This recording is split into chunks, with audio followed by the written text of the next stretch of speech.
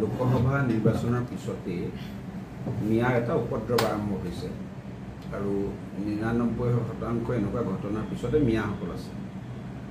যোৱাকালি ধিঙত পৰহি যিটো ঘটনা হৈছিলে এনেকুৱা ধৰণৰ যিবিলাক ক্ৰিমিনেল থাকে বা অপৰাধী থাকে সিহঁতৰ পুলিচৰ ভয় নাথাকে।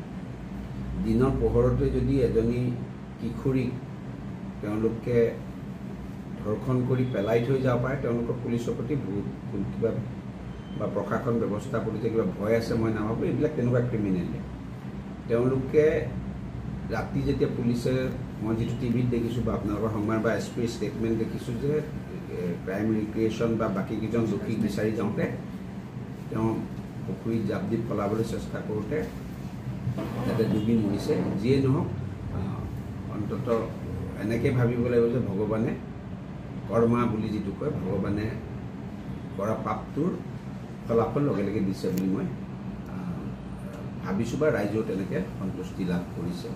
এতিয়া ডাঙৰ কথাটো হ'ল যে সকলোতকৈ এতিয়া ক'ৰবাত দেখিছোঁ কংগ্ৰেছীসকলে এতিয়া এটা আৰম্ভ কৰিছে দিয়ে কংগ্ৰেছীসকলে।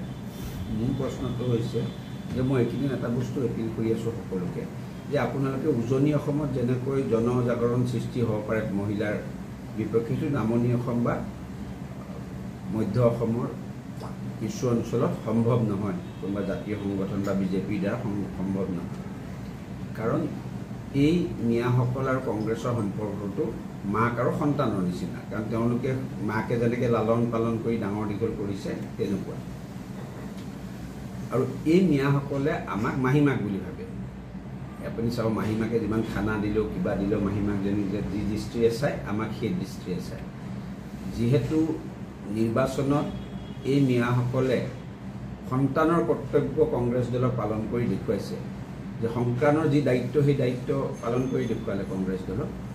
এতিয়া মই আশা কৰিছোঁ যে কংগ্ৰেছ দলে সন্তানৰ প্ৰতি দায়িত্ব যেনেকৈ সন্তান উদণ্ড হ'লে উদ্বন্দালি কৰিলে অভিভাৱকে যেনেকৈ দায়িত্ব পালন কৰিব লাগে সেই দায়িত্ব যাতে কংগ্ৰেছ দলে পালন কৰে। য'ত আমাৰ এক্সেছ নাই, য'ত আমি সোমাব নোৱাৰোঁ বা জাতীয় সংগঠন কালিও মই এটা টকশ্বত যাওঁতে জাতীয় সংগঠনৰ এজন নেতাই কৈছে যে আমি এইবিলাকত সোমাবই নোৱাৰোঁ। গতিকে তাত কংগ্ৰেছ যিহেতু সোমাব পাৰে আৰু তেওঁলোকৰ যিহেতু অভিভাৱকৰ সন্তানৰ সম্পৰ্ক আছে এই মিয়াসকলৰ লগত, গতিকে এটা গণ আন্দোলন যে মিয়াসকলে যাতে এনেকৈ ক্ৰাইম নকৰে, এনেকুৱা ধৰ্ষণ এনেকুৱা অপৰাধ নকৰে তাৰ এটা সামাজিক আন্দোলন। চৰকাৰ ব্যৱস্থাটো কি কৰিছে আপোনালোকে দেখিছে, চৰকাৰ বা পুলিচ প্ৰশাসন একেবাৰে সষ্টম আৰু খুব বেছি ষ্ট্ৰং একশ্যন ল'বলৈ সদায় সাজু থাকে। কিন্তু ক্ৰাইমটো হোৱাৰ আগততো গম পোৱা নাযায় যে কোনে ক্ৰাইম কৰিব, কোনে ৰেপ কৰিব, কোনে মাৰ্ডাৰ কৰিব, সেইটো গম পোৱাৰ পৃথিৱীত কোনো মেকানিজিম নাথাকে। কিন্তু সেই কামটো যাতে নকৰে তাৰ কাৰণে এটা সামাজিক আন্দোলনৰ প্ৰয়োজন হয়। সমাজখনক সংস্কাৰিত কৰাৰ দায়িত্বটো আমি ল'ব নোৱাৰোঁ, কাৰণ সেই মিয়াসকলে আমাক মাহীমাক বুলি ভাবে আৰু এই জাতীয় সংগঠনবিলাকৰ সেই মিয়াসকলৰ মাজত যাব নোৱাৰে। যিহেতু কেৱল কংগ্ৰেছ দলে সেই মিয়াসকলৰ মাজত গৈ বা তেওঁলোকৰ সন্তান আৰু মাতৃৰ এটা সম্পৰ্ক আছে, গতিকে কংগ্ৰেছ দলে যদি এই আন্দোলনটোৰ নেতৃত্ব লয় তেওঁলোকক সজাগ কৰা, আমি তেওঁলোকৰ লগত আছোঁ। এইটো ভাল পদক্ষেপ হৈছে। আপোনালোকে বস্তুটো যদি চায় 20-25 বছৰ আগত নামনি অসমতো এনেকুৱা কোৱা মানুহ আছিল, কিন্তু সেই সময়ত আমাৰ খিলঞ্জীয়া লোকসকলে কথাটো গুৰুত্ব নিদিয়াৰ কাৰণে আজি 99%, 95% মিয়াই আমাৰ নামনি অসম দখল কৰি পেলালে। আৰু সেইটো ক্ৰমান্বয়ে উজনি মধ্য অসমলৈকেতো হ'লেই, এইফালে ঢেকীয়াজুলিলৈকে, এইফালে নগাঁও পাৰ হৈ কলিয়াবৰলৈকে হৈ গ'ল কামটো। তেজপুৰতো হৈছে, মোৰ লখিমপুৰতো হৈছে। লাহে লাহে মিয়াৰ যি অগ্ৰাসন, মিয়াৰ পৰা কি ভয়াৱহতা আছে, এই ভয়াৱহতাটো যদি উপলব্ধি কৰিবলৈ হয় এয়াই হ'ল উত্তম সময়। কাৰণ আমি যিকোনো মিয়াৰ অপৰাধ, মিয়াৰ অগ্ৰাসনৰ বিৰুদ্ধে এই চৰকাৰখনে যিমান মাৰ বান্ধি থিয় হৈ আছে কোনো চৰকাৰ আৰু ভৱিষ্যতে অসমৰ ৰাইজে নাপাব। গতিকে এই আন্দোলনটো গণ আন্দোলন ৰূপ দিব লাগে। আৰু কংগ্ৰেছ দলকো মই অনুৰোধ জনাইছোঁ তেওঁলোকে পাক লগাই যাতে এই ব্যৱস্থাটো, কাৰণ তেওঁলোকৰ ভোট বেংক খহিব বুলি পাক যাতে নলগায়। এতিয়া কালি মই এটা কথা কওঁ যে কংগ্ৰেছ দলৰ একদম সাংসদজনে দুখীৰ কথা প্ৰথমতে আৰম্ভ কৰে ছেকুলাৰ টুইট দি পদুত বৈ লিখিছে ধৰ্ম যিয়েই নহওক। এতিয়া আপোনালোকে চাব কালি ডাইভাৰ্ট কৰাৰ কেনেকুৱা ব্যৱস্থা হৈছিলে। অপৰাধীৰ কোনো ধৰ্ম নাই বুলি কৈছে।